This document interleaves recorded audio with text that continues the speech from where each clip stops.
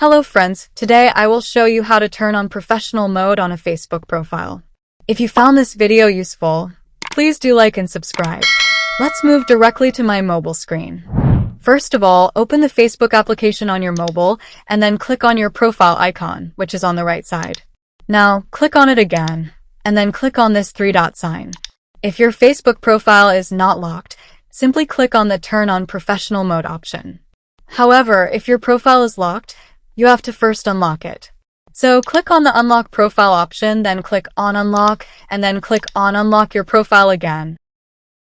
And just click on OK. Now your profile is unlocked. After that, you can see that the Turn on Professional Mode option has started, so click on it and then click on Turn On. Here, on the Welcome page, click on Next, and again click on Next. On the default audience page, make sure that you have selected Public, then click on Next, and then click on Confirm. Now go back to your profile page, and you can see that the Professional Dashboard option has appeared, which means you are now in professional mode. In it, you can see the analytics of your public posts. One more thing, you can also earn money from Facebook by monetizing your content. Alright, friends, that's all for today. If you have any queries, feel free to comment below. Thanks for watching and have a good day.